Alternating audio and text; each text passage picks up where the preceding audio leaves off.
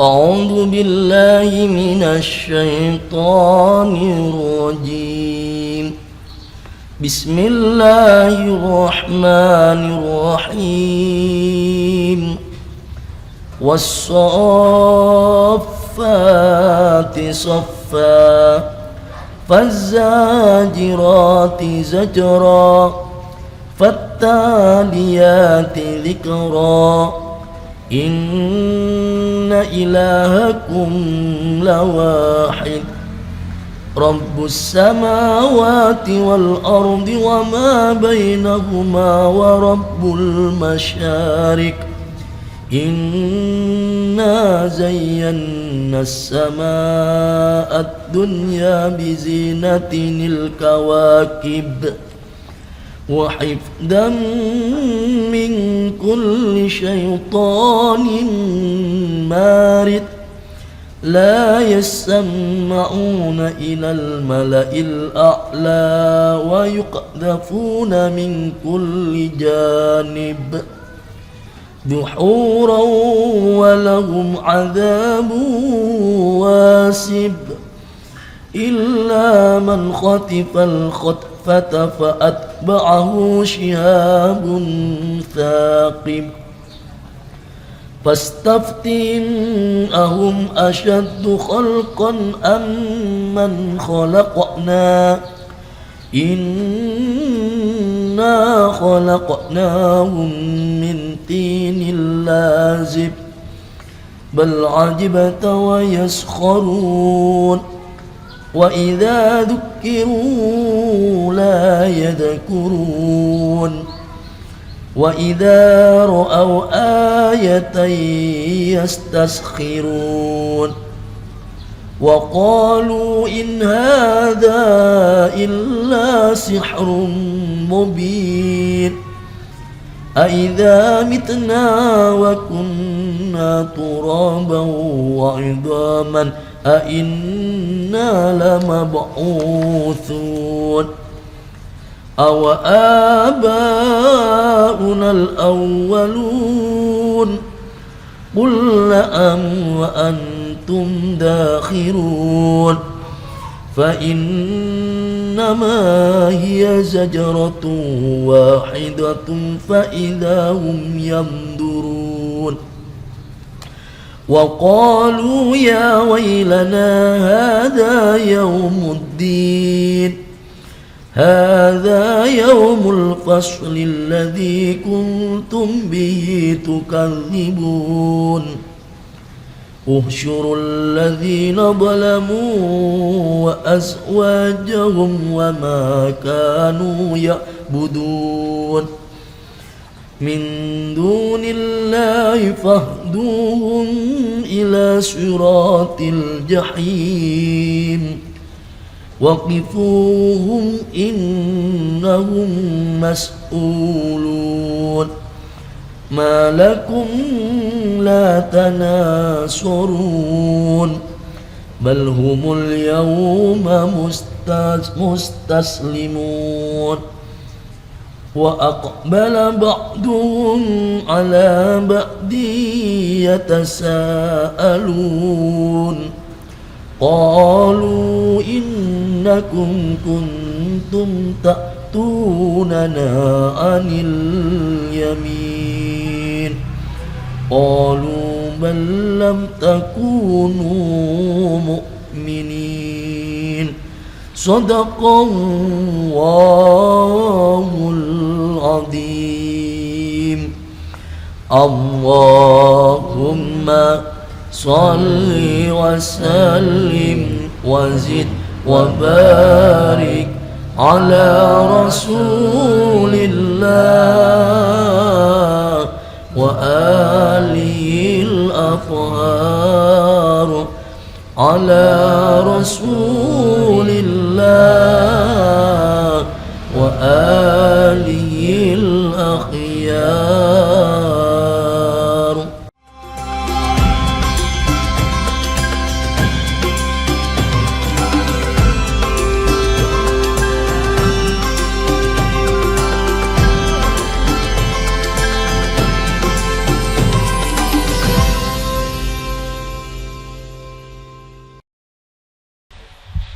Bismillahirrahmanirrahim. Alhamdulillahirabbil alamin. Innallaha wa malaikatahu yusholluna 'alan nabi.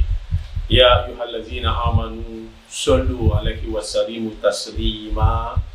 Allahumma sholli 'ala Muhammad wa ali Muhammad.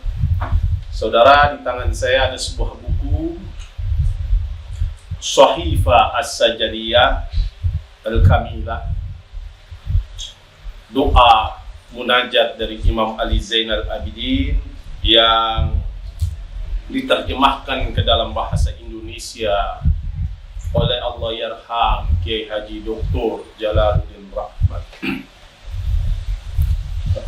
Saya ingin membahas doa itu pada doa yang ke-52, doa Imam Ali Zainal Abidin alaihissalam ketika merintih kepada Allah Subhanahu wa Ta'ala. Namun terlebih dahulu kita mesti mengenal sedikit tentang Imam Ali Zainal Abidin. Imam Ali Zainal Abidin adalah putra Imam Hussein, putra Imam Ali, dan Imam Ali adalah suami dari putri Rasulullah SAW, Sayyidah Fatimah Az-Zahra alaihassalam. Imam Ali Zainal Abidin dikenal sebagai Ibnul Khiyarati, the son of the best two, karena pada diri Imam Ali Zainal Abidin menggabungkan dua keluarga besar, suku besar, yaitu suku Quraisy dari bangsa Arab, dan dari ibu adalah Persia, Iran sekarang. Kita tahu bahwa ibu dari Imam Ali Zainal Abidin, Shahrbanu, adalah putri dari Yazdirghed, pewaris terakhir dari kerajaan Persia.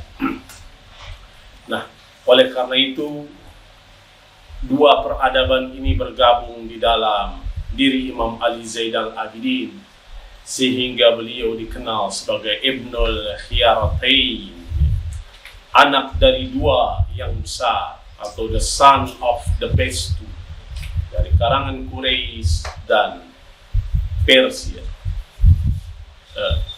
Awalnya sebenarnya ketika terjadi peperangan pada masa Khalifah Umar, kita tahu pada masa peperangan biasanya tawanan dijadikan seperti hak milik, dan Imam Ali melihat ada tawanan seorang perempuan dan menawarkan siapa yang akan menjadi suami kepada Umar, dan Umar kemudian setuju dan memilih Shahrbanu untuk menikah kepada Imam Hussein alaihissalam. Nah, Imam Ali Zainal Abidin tentu juga dikenal sebagai As-Sajjad, yang paling banyak sujudnya, dan buku doa ini Shahifah As-Sajadiyah ada yang menyebutnya sebagai the sister of Quran, saudara perempuan Al-Quran, atau Zabur Ali Muhammad, atau Zabur keluarga Muhammad. Marilah kita pada kesempatan ini merasakan sedikit tentang makna doa dari Imam Ali Zainal Abidin. Beliau memulai doanya tentu dalam Shahifah adalah ungkapan seorang hamba yang hina di hadapan Allah Subhanahu wa Ta'ala yang maha tinggi dan maha agung. Ya Allah allazi la yakhfa alaihi syai'un fil ardi. Jadi kata Imam Ali dalam munajat Imam Ali Zainal Abidin, ya Allah yang tak tersembunyi baginya apapun yang ada di langit dan di bumi. Jadi doa Imam Ali Zainal Abidin ini mengungkapkan tentang keagungan dan kekuasaan Allah Subhanahu wa Ta'ala.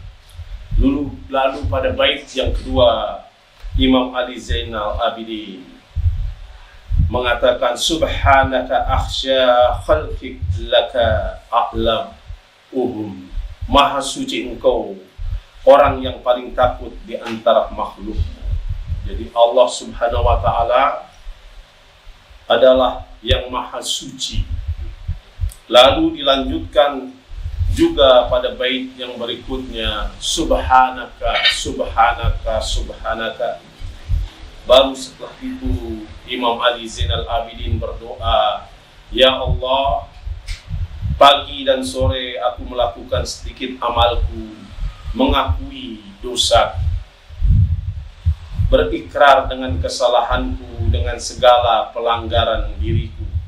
Aku ini hina, amalku mencelakakanku, hawa nafsuku membinasakanku, keinginanku membuatku malang.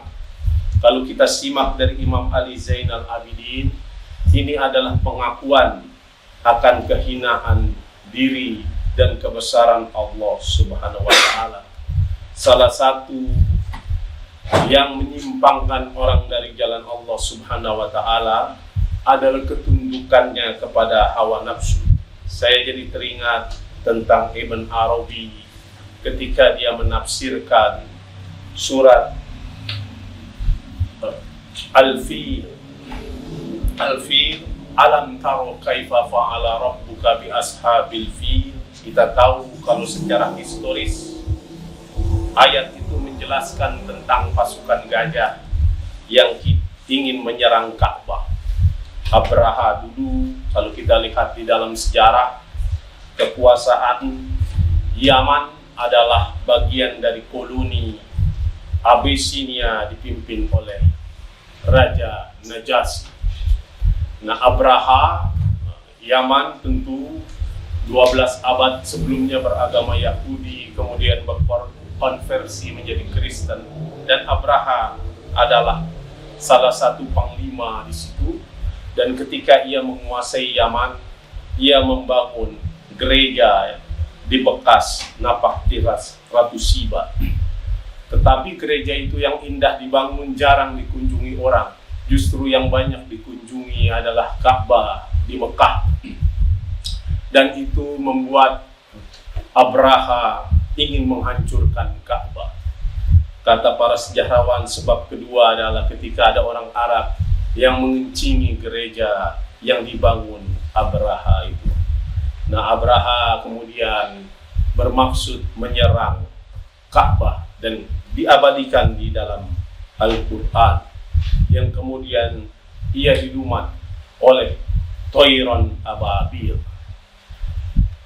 Ibn Arabi mempunyai pemahaman bahwa Al-Fil adalah simbol dari hawa nafsu kita yang besar seperti gajah itu.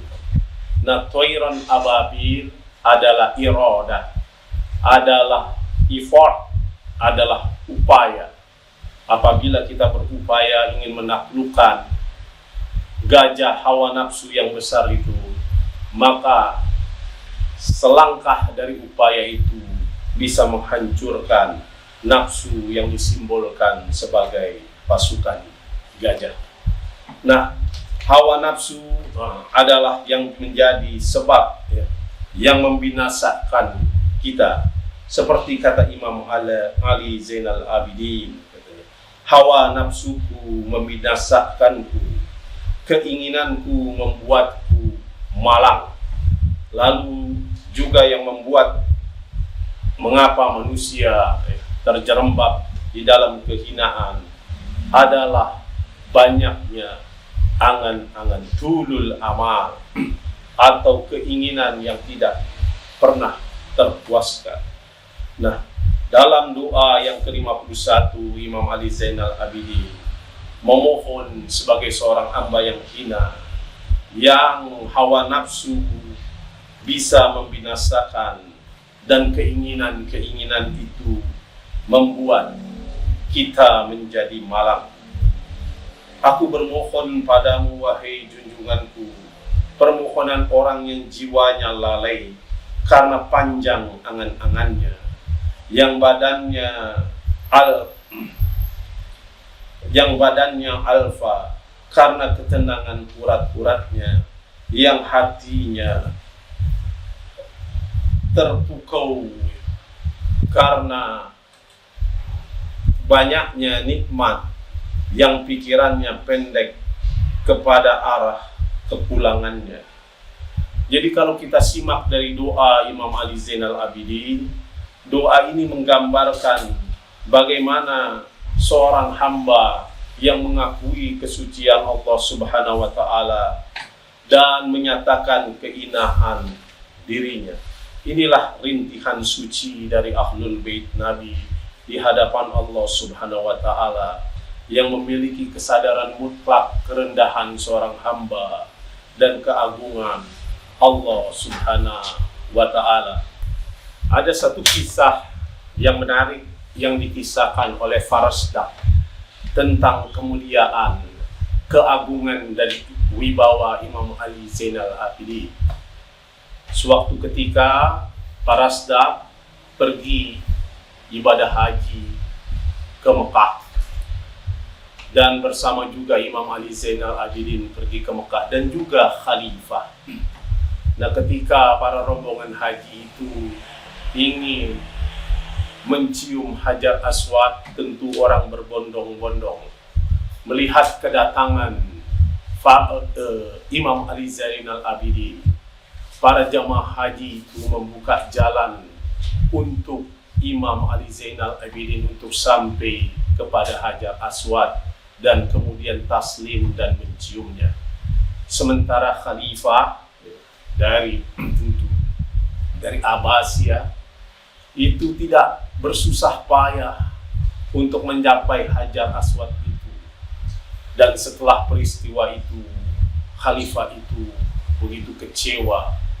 Mengapa para jemaah haji itu begitu menghormati Imam Ali Zainal Abidin dan memberi jalan sampai ia bisa berhasil mencium Hajar Aswad itu, sementara ia khalifah itu tidak.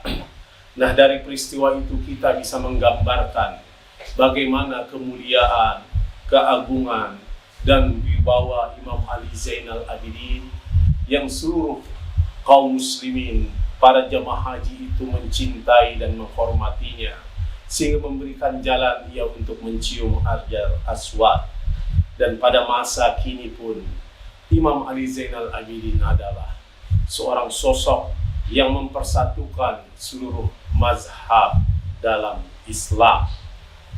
Jadi tidak ada lain teladan di dalam doa, ketakwaan dan kesalehan selain dari Imam Ali Zainal Abidin alaihi salam. Wa ma taufiqi illa billah alaihi tawakkaltu wa ilaihi unib. Wassalamualaikum warahmatullahi wabarakatuh.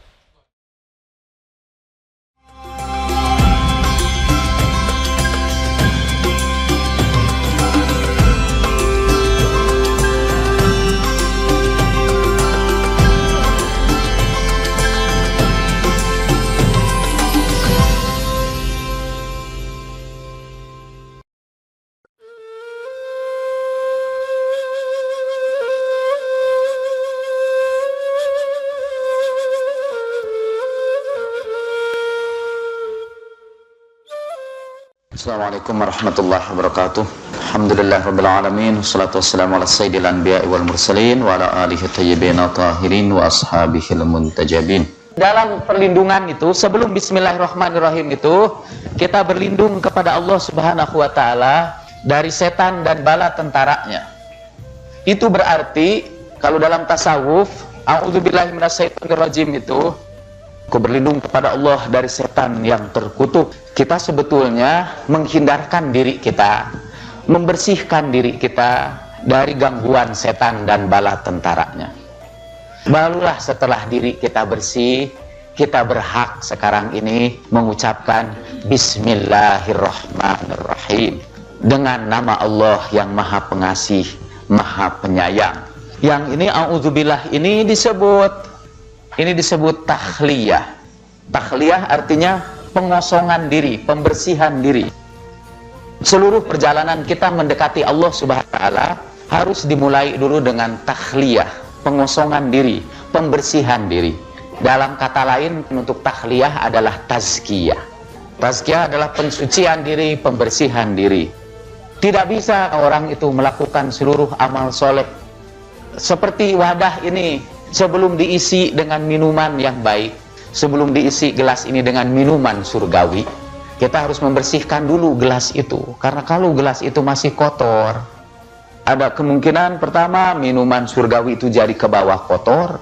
Yang kedua, kalau kotorannya terlalu banyak, nah ada tempat lagi untuk yang bersihnya. Amal-amal soleh itu jadi tidak punya tempat kalau terlalu banyak dosa-dosa atau kesalahan kita. Karena itu sebelum bismillahirrahmanirrahim, kita berlindung dulu kepada Allah Subhanahu wa ta'ala dari setan yang terkutuk dan seluruh bala tentaranya. Nah, ini proses yang kita sebut takhliyah, pembersihan diri atau tazkiyah. Kalau bismillahirrahmanirrahim, kita sekarang sudah menempelkan asma Allah dalam diri kita. Sudah memasukkan asma Allah dalam diri kita. Nah, sekarang kita masuk tahap yang kita sebut tahliyah. Tahliyah artinya berhias diri.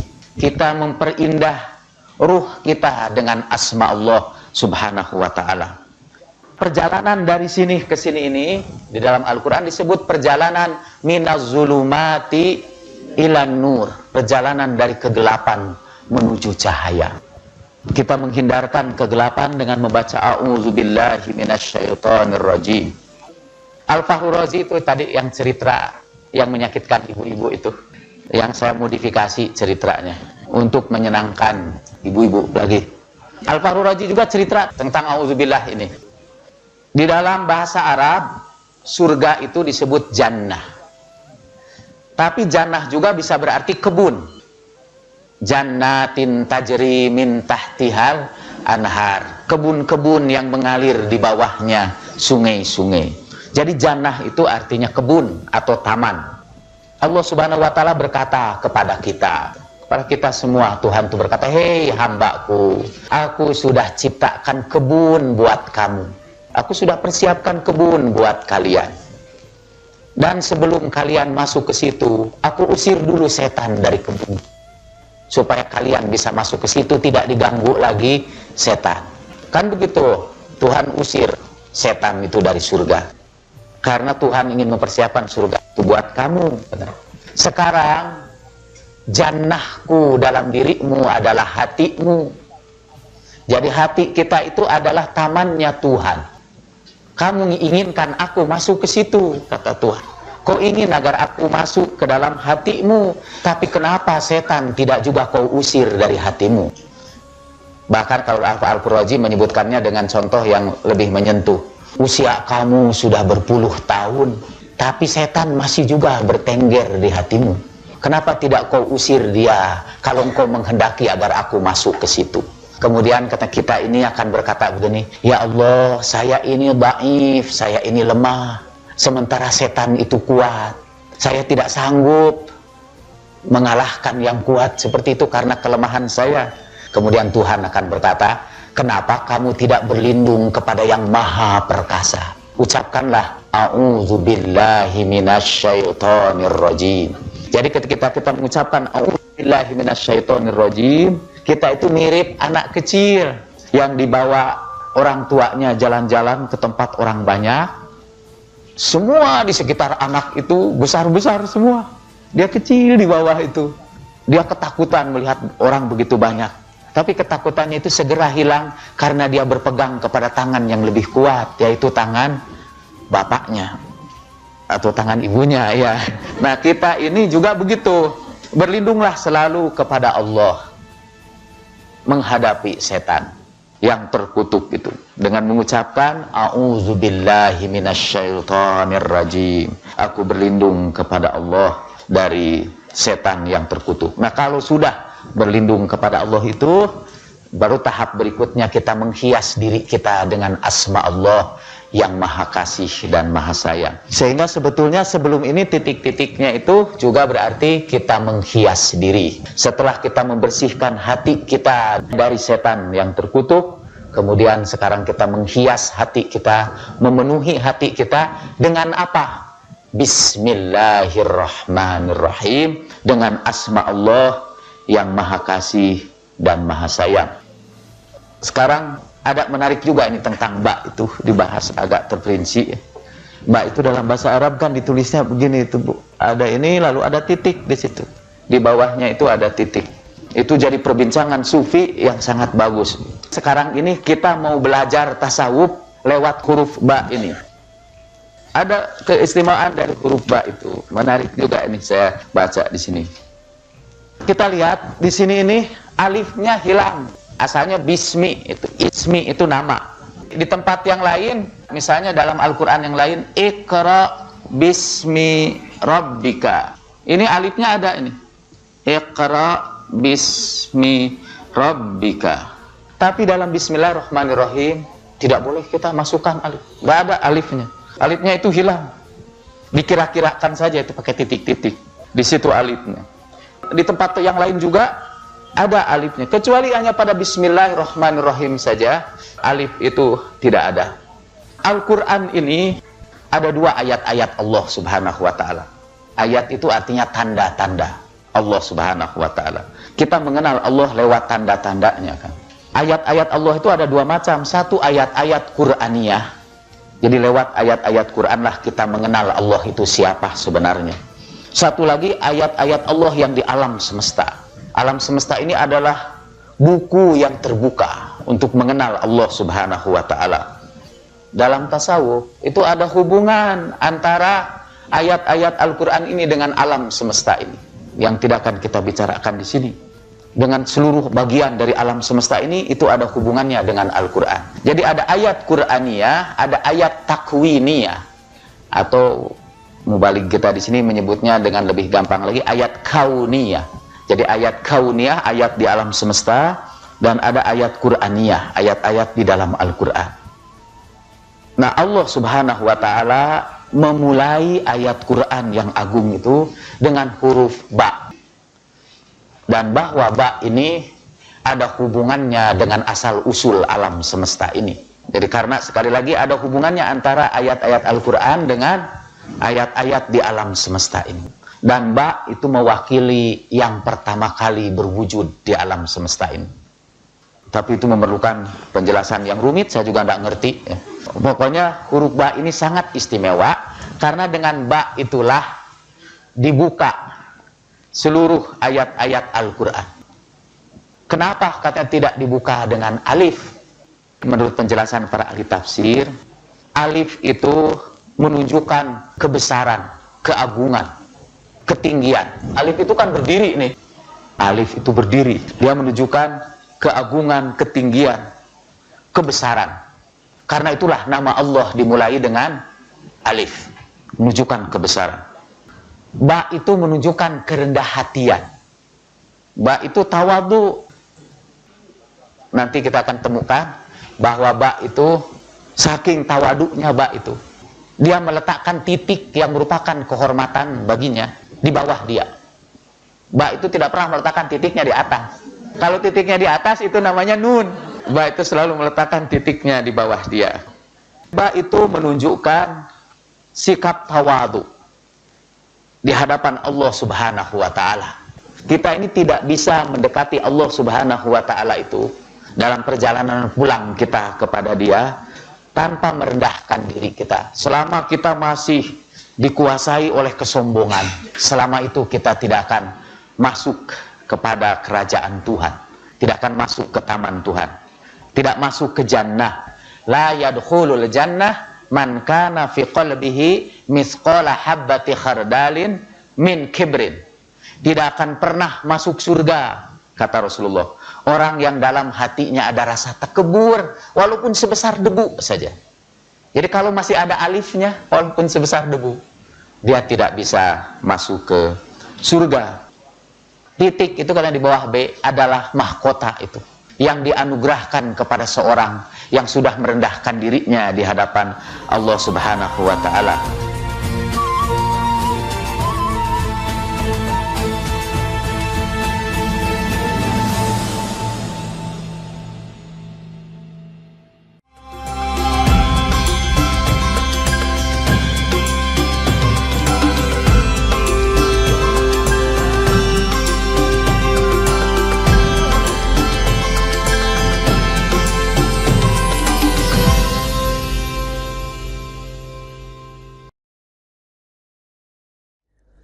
بسم الله الرحمن الرحيم اللهم صل على سيدنا محمد وآل سيدنا محمد اللهم اغسلني فيه من الذنوب وطهرني فيه من العيوب وامتحن قلبي فيه بتقوى القلوب يا مقيل عثرات المذنبين. Allahumma ya Allah, bersihkan aku di bulan ini dari dosa, sucikan aku dari aib, ujilah hatiku di taqwal qulub. Wahai yang menghapuskan seluruh kesalahan para pendosa,